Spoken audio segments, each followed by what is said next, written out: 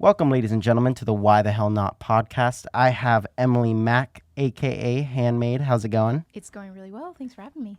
So this is a new project, correct? Yes, it's new. I started it in about August of this year. I switched. I have done a ton of things in the music industry. I was formerly mostly known as a singer as of late, and I collaborated with a ton of DJs, and they were like, you have an amazing personality. You need to get up there and DJ and do your thing, because I'm kind of like high energy. And I was like, okay, I have to learn how to do this last year. Fast forward now, it's just taken off like crazy, and I realized I have to change my name because I was known by Veronica River, and that's super confusing because if you go on Spotify, it's a ton of stuff where I'm singing, but then it's not really making sense because I primarily do bass music as a DJ, and as a singer, I did everything under the sun. Future bass, house music, everything. So it just doesn't make any sense. So I was like, I have to rebrand myself. And then I wasn't really thinking of a name. It just came to me in a dream, completely came to me in a dream. And I was on a stage and everyone was screaming, "Handmade, handmade." And I was DJing and I woke up at 4 a.m. and I was like, okay, I think that's going to be my name. And I looked it up and no one had taken it. That's fucking awesome. That's like a TV show or something. It's funny seeing you now because we just met, Right. And you kind of look like the Handmaid's Tale girl. A lot of people have told me that, and I didn't even know what that was. And that dream had nothing to do with that TV show at all. It was more this feeling that I am like a servant to a craft, and it's like an alter ego, like because I'm chained to the computer so much working on it, doing producing, and so it became more of like an alter ego. Like I'm the handmaid of the computer, of the DJ mixer, of my flute, which I play live as well. So it was more of that. It has nothing to do with the TV show and like anything to do with that. I know that there's a lot of a different meaning behind it. Completely different. Yeah, I think you made the smart decision with the new brand for the new product. Right. We could call it. Yeah, exactly. A lot of people like myself have like my producer named Vlad Lux. I've produced every genre. I just love the product so much that I just kind of put everything under that envelope for the most part. Gotcha. Making those preparations, like you've been doing, taking your time with going into this project. Right. You said had like a year timeline or something around there. Exactly. I didn't really even know if DJing was going to be a thing. I was just told by some people that I really respect, that I had worked with. They are producers and DJs themselves. And they were just like, take my word for it. You have the personality for this. You need to do this. And I was like, really? Because it's going to be a lot of work. I'm going to have to spend 10 hours every day for at least 6 months to really learn how to mix. And they were like, you need to do it. If you do this, we're going to help you. We're going to help you figure it out because you have the personality. And I was like, I don't even understand what that really means, but I'm going to just take your word for it because you are a DJ. These are people in other countries. I'll say one of them, Francesco Sparacello. I wrote 2 songs with him. He lives in Italy. He's a full-time DJ. He's performed all over the place. And I was just like, dude, really? And he just kept hounding me and he kept saying, send me your mixes. And I was like, dude, I'm just learning. This was last August, and he just kept pushing me on social media over and over, almost every day. And I was like, okay, I'm gonna send you my mix. And he kept sending it, and he would give me feedback. And so I really had this community of DJs that were just pushing me, and I'm not even sure why. But now I kind of understand what they're saying, because when I'm on stage, even my friends and my husband are kind of shocked at how insanely confident I am. And if you look at any footage of me, it's like I'm a different person. Like in normal life, I'm actually pretty quiet, and I'm not somebody who really tends to bother other people or whatever. When I'm on stage, I'm crazy, and I'm just slamming my hand in the air constantly, dancing, and I'm really intense. And even my husband is always just like, I can't believe that is you. After when I'm done with my set, he's like, I don't even know where this came from. That's DJing or being in front of that crowd and being behind the mixer can bring a different part of you out. Yeah. What mixer did you start on? How did you start beginning That's a to good. learn? This is a good question, and I would highly recommend the one that I'm going to say. Basically, the very lowest end is the better to start with if you're starting out. To anybody who wants to know, do not spend $8,000 because you want to like look cool, because that's how much the real ones are that are obviously in the clubs. So I basically got record box included with my mixer, which is like it's just a Pioneer mixer. I'm forgetting Is it like a DDJ SX? it's a DJJ. It's the newest one, and I don't remember all the serial numbers, but it's like $250, Oh, and it okay. comes with record box, which I think separately is 100 and something. Mm-hmm. And all you need to do, for anyone out there that's listening, if you want to start out, just get a mixer. It's 2-channel, and you need to just start learning how to beat match and understand your keys, and how keys will work with each other. This is really honest stuff that you need to do, and you don't focus on trying to be cool. I think too many people are like wanting to just have an image, but you actually need to know your music. You need to understand that you shouldn't mix something that's more than like 10 BPM, because it's going to sound crazy.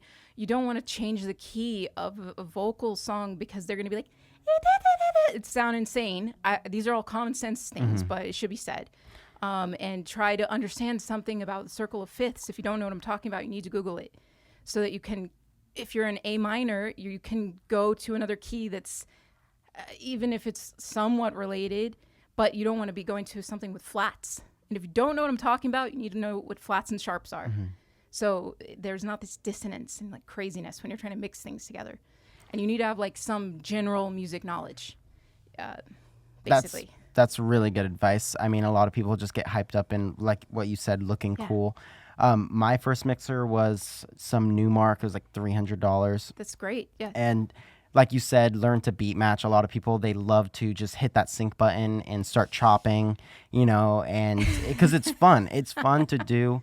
Like I do it in my room alone, no one watching. I do it purely for pleasure. But getting uncomfortable and learning how to tap to tempo and not use that sync button will make you feel confident on any mixer. You want to get to the point where you know signal flow, actually how the gear works in a general sense, and then also, like you said, being musically adept to know keys and know when not to mix out of key and all that stuff. And that's amazing that you said that, because most people don't even consider what their track's key is when they're picking their set. I'll tell you, in the process of me putting my set together, there are many things I think about. The key is one of them. One of the other major things is the energy. I rank each song on a scale of 1 to 5 on energy. This is something Laid Back Luke does. So energy, let's say you have a crazy and energetic song, that could be a 5. You also have maybe a song with a vocal. It's very calm and esoteric and has hardly any beat. That could be a 1. Something in between could be something like a slushy song that's like kind of happy and bouncy, but it's definitely not insane on like an Excision song. Yeah. And I'm talking, these could all be dubstep songs, but they have such a different energy level that you can't just go from something super relaxed and then slam someone in the head 2 seconds later. They're gonna probably leave the room and just feel awkward. And I've seen it because I go to shows and watch other people. You need to warm the. So you're with rhythm. It's more. The genre itself is just kind of going hard the entire time, but Yes. when you say dubstep as a whole, there's many songs that Exactly. are mellow, or, Yes. just low end, kind of melodic. Dubstep is a very wide genre. is. And I just remembered the thing that struck me from what you previously said is you want to make what you feel, because a lot of people can see trends and think, oh, I'm going to make this song because people are going to love it. But you want to make sure that you said performing for the crowd, but you want to perform for yourself, and you want to make sure you're I having want to fun. enjoy it. That's a huge thing, is being true to yourself and making what you want to make. In turn, even if you don't produce music, mixing what you want to listen to and what you love to mix. you're very schooled in how to start producing and how to start. I feel like you have a lot of knowledge for how long you've been trying to do this, which is great. One of those things that I think has been benefiting you is going to these conferences like ADE. Oh yeah. So let's talk about your experience at ADE. My experience at ADE was amazing. I just wish I could have cloned myself so I could have gone to every single conference speaker because they were all happening simultaneously. So my advice for anybody who does go to it, you need to look at that program guide very, very, very carefully and figure out what your top thing of the day is and make sure you can get to it and just stay in that same building because it was super spread out all over Amsterdam and getting around quickly was not easy, especially in the rain, which it rains every 5 minutes. So yeah, my biggest takeaway from the entire conference was to be true to myself and seriously figure out what makes me happy, which I actually do know, which I'm thankful. I'm not putting this on for anyone.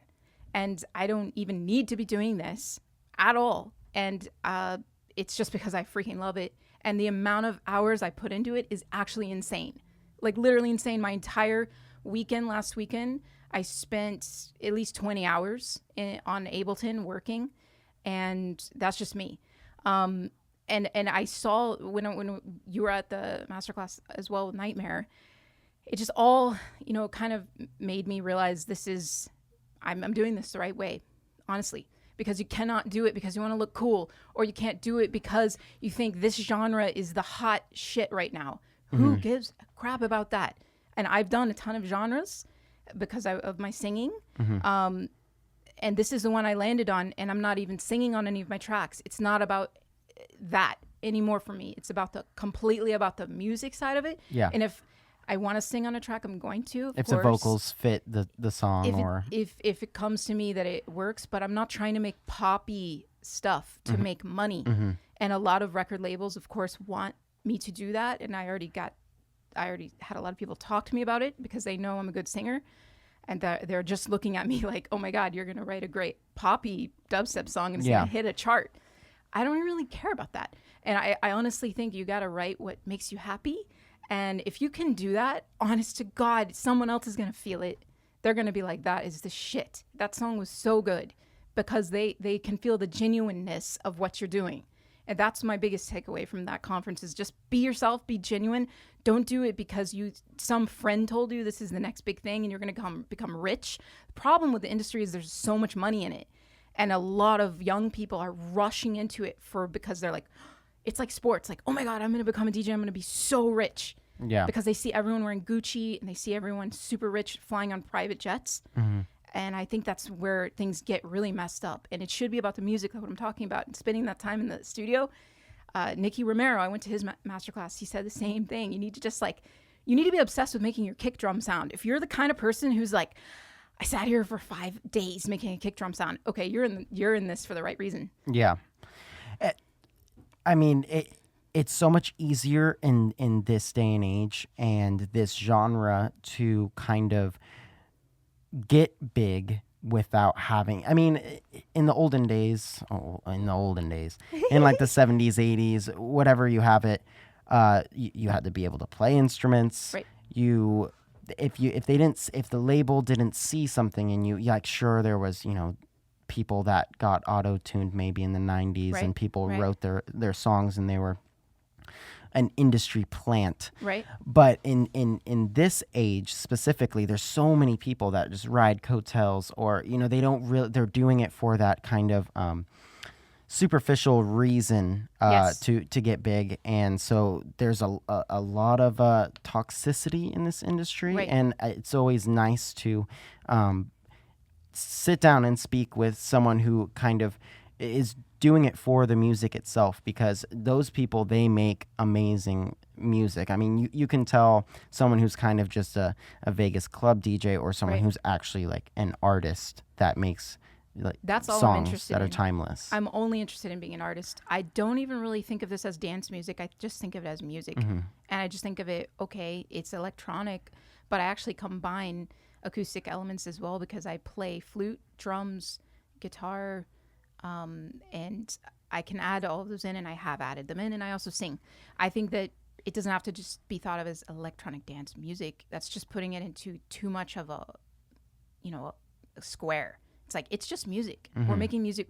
And what's so exciting a lot about what we do is that it's universal, because there are no lyrics in a lot of it. So someone in Japan can enjoy it equally to someone in the US, equally to someone in Poland, equally to someone wherever. That is what's so cool to me about EDM a lot, because there is no vocals in a lot of the stuff, especially in bass music. Yeah. So you talked about Ableton. Is that your main DAW? Is that kind of your go-to? Yes. I would recommend for anyone starting to try FL Studio, or if you're extremely beginner, go on GarageBand and just start with that for a little bit and see if you have the patience to deal with what goes into producing. Because a lot of people, like I said, want to look cool and say I'm a producer, but they do not want to sit there and EQ and compress sounds for hours and create sounds from scratch that sound like literally like this. Meh. This is what you start with. Do you have the patience for that? Yeah. Are you ready for that? Get ready, because that's what it is. Yeah, I mean, a lot of people just throw in samples and send it out to their 50 people who listen to it, and they get this inflated ego, when a lot of the people who make it are the people who don't go out and party and have this inflated ego, you know? I don't even care about ego. Honest to God, ego doesn't even matter to me. I could be doing something else equally as passionate, but this is just my passion. And I think people need to focus on what gets them excited. Like, you can probably tell how excited I am just talking about it. What gets you that excited? It could be anything. It could be a video game. I don't care what it is. It could be hair. It could be like, oh, I want to be a doctor, or whatever you get. What makes you this freaking excited that literally I drove for 2.5 hours to talk to you? One way. Well, we appreciate you for coming. What tip? Well, I guess first of all, what's your favorite plugin? Okay, so basically, I have so many things I use to process each sound, so it depends on what I'm doing. So I will just focus on one thing. So if I'm making a sound from scratch, which is my favorite thing to do, let's say it's a bass sound, Operator is probably, I would suggest it for people who haven't bought anything. That if you have Ableton and you haven't bought anything, it's in there. Mess with Operator a lot so that you don't have to spend money.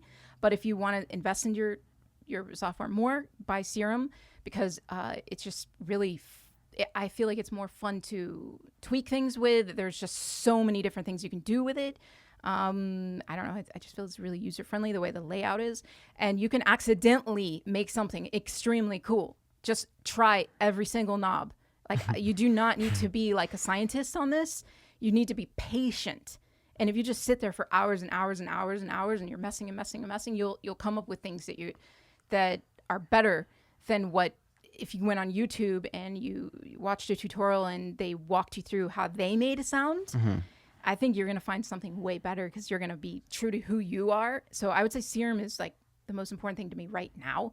But if you're talking about just free stuff, I would say Operator. And then you need to one thing I would tell everyone, you need to EQ your sounds a lot more than you may think. Because the problem is, if you have a sound, it can obliterate everything else. And that's a big problem. So you can obliterate all of your drums if you aren't careful about your bass sound, because it is taking up so many frequencies. So you need to EQ the low, the middle, and the high. And then you're going to probably be okay, but then you need to do a lot more processing and compressing so that your kick drum still stands out, because your kick is probably the most important thing in the club for the people to actually know how to move to your music. Yeah, finding a space for each instrument, making sure that one band of frequencies isn't being too cluttered with too many sounds. So maybe if you have one synth that is 2K heavy or sits in the 2K range a lot, and then you're like, oh, I need a little bit more top end, maybe you'll throw in another synth, but you cut out the 2K because you already kind of have that range filled out. Competing. Yeah, it's competing. So you need to, that's one tip for EQing. What you said about compressing the bass, I'm sure everyone knows about side chaining. And if you don't know what side chaining is, basically when you can set it to a trigger, the trigger is usually a kick. When the kick goes, the bass compresses down and it allows your kick to punch through. You can change the duration, which will give you different effects in terms of how long it takes for the bass to come back in, and things like that. When you said Serum, that's one that has been basically the main synth plugin for the past year and a It's the half, best. 2 years. I have just never. It's not like I can't afford it. I just have been happy with Massive, and Okay. I've been doing that. And I'm gonna get Massive 10. I'm just kind of a native instruments guy. Gotcha. I like them a lot. What you said about messing with stuff, that's definitely where you get some of your coolest sounds. Yes. The only thing I would like to add to that is kind of understanding what an oscillator is and Yeah. finding the signal path so you know where your sound is traveling Yes. on the actual, from the effects. Knowing that is going to be a good way to just kind of get you a jump start so you're not just completely going in the dark of things. But I totally agree with you on making your own sound compared to just looking up a YouTube video. You just going into the dark, you're going to find things piece by piece and be like, Yes. oh, this does this. Oh, this You're does gonna this. figure it out. And you put the hours in, then bada bing, bada boom, you figured it out in your own cool way. So on that note, do you have, if you were starting production not starting production right now, but if you had one quick tip to give someone, say like, oh, I always EQ this way, or I always multiband compress my master this way, blah, blah, blah. Okay, well, I have a bunch of things I could say, but number one, I don't know what level people are at, but if you've never come across Mr. Bill, you need to know Mr. Bill, and you need to go and listen to the art of Mr. Bill ASAP, because he goes through all this stuff that we're talking about right now in extreme detail, and then you can watch his videos over and over and over. You have to pay for it. I think it costs maybe $40, but it'll be the best $40 you've ever spent in your life, because all the stuff we're talking about right now, you can press pause and stare at his computer screen and then try to recreate the session in Ableton and work for 10, 15 hours until you understand everything we just said about, especially about sidechaining, EQing. It's not easy to kind of explain it in like one conversation. Another thing would be, if you're going to master your own tracks, be really careful that you know what you're doing. And until you do know what you're doing, you need to really pay someone. If you're really considering to take your music and send it to Ausla, just be careful, because everything you're sending to someone, they're going to judge you on. Mm-hmm. So if you don't know what you're doing, mixing and mastering, Then don't you're act gonna like have you to do. rebrand. You need to find someone who knows, and they do it for you, and just focus on producing your songs and then saying, I'm not actually that great at mastering, and I don't have all the software I need, so I'm going to pay someone $35 to master it the right way, or whatever the person costs, because it's very complicated, and there's a whole science part of the electronic music that you really need to know. And if you don't know it, when you turn it on at a club and it's on these massive speakers, it's not going to sound as good as when you're mixing a song by Skrillex or whoever, and then you listen to your song after it, and then it's just like awful if you don't know what you're doing. Yeah, I mean, especially if you're mixing and mastering in a not flat room, and there's a lot of factors. What are you listening it on? Yes. So there's I mean, to go back, I think there's nothing wrong with just being the conceptual part of the song. Right. If you compose it, I think you're an artist. That is our I don't think you need to big be an artist. engineer to Right. be an artist. I don't master my tracks. I actually have been told by my old teacher was the head of Capitol Records in the 70s. He says you should get your track mastered by a should. second pair of ears, because you've already been not fatigued by it, but you're used to that track. You made that track. You would like a second source to Yes. master that track. So there's nothing wrong with that. And even if you're not, I mean, if you're not quite there with the mixing, there's nothing wrong with getting it mixed Yeah. as well. There's nothing. I mean, there is absolutely an art to mixing and mastering, but it's not like you didn't create that art if Right. your song gets mixed and mastered by someone else. So let's talk about some events coming up. Okay. You have an upcoming show at the Avalon, Yes. December 20th. Yes. What is the name of it? Okay, so Control LA, it's a I guess, I don't know, in my opinion, it's one of the best promoters for bass music, especially on the main stage at Avalon, because Avalon does a lot of trance and a lot of other things too. So it's going to be a Control LA, event, and they haven't said the headliner, but they always find amazing headliners. Can it, you said or there's a conference coming up? Yes, I'm going to be going to the conference that's right before Ultra. It's called Miami Music. It's called Miami Music Week, Miami Music Conference. So that's March 16th. Yeah, and it's also going to be kind of like ADE, but it actually predates ADE. And Tommy Sunshine, who's a well-known DJ, said that if it wasn't for this conference in Miami, ADE wouldn't even exist. They got inspired from it. So I think they're going to be celebrating their 35th anniversary this year. So I'm really excited to go there for the first time. The tickets just went on sale. If anybody wants to get them before they disappear. Yeah, I don't think I'm going to be there for the music week, but I will be there for Ultra. Oh, you will? Okay, yeah. You're going to be there so, for Ultra. yeah, it'll be my Nice. first time even in Florida. Florida's So really humid. Get ready. yeah, I've heard. I've definitely heard. One thing I wanted to talk about, but we didn't get to it before, is that Yes. you play the flute while you DJ. Yes, this is part of my new music concept. I was watching Tomorrowland and Perukaville live streams over the summer, and I noticed how Kashmir was adding in a lot of instruments in his live performance, and of course Timmy Trumpet, who I've been a fan of for a long time, plays trumpet along with his DJing quite a lot, and I've seen him perform as well, and it's pretty exciting to see him as a performer. He's insane. He jumps all over the place too. He's just insane with his crowd interaction and still playing the trumpet. And I decided, I'm going to take my classical music background and put that along with my DJing and kind of marry the two together and start improvising and also preparing certain things into my set and making certain pieces. Like I have Flight of the Bumblebee I can play.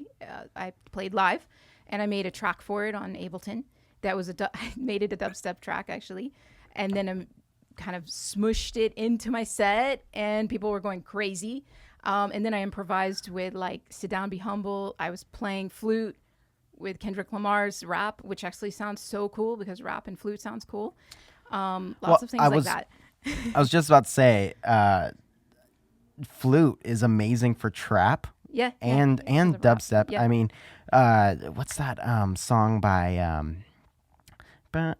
fuck. Oh, Mira Mesa. Do you know Mira Mesa? I'm gonna look this up after. Okay, it's Mira Mesa, and just type in flute Mira Mesa. Okay. I can never, whenever I want to recall a song on a podcast, I can never remember it. It's like my brain just goes. There's a lot to There think you about. go. Yeah, my brain's always going 1,000 miles per hour a minute. So I just want to say thank you so much for coming. Thank you for having me. You've been a pleasure. you. I think that you're gonna be definitely going places. I'm gonna be seeing you a lot, Thank and you. I hope Thanks a to lot. have you back here again. Please. Ladies and gentlemen, this has been the Why the Hell Not podcast. I'm Vlad Lux. This is Emily Mack, aka Handmaid. Check her out at the Avalon, December 20th. Have a good night, ladies and gentlemen. Bye.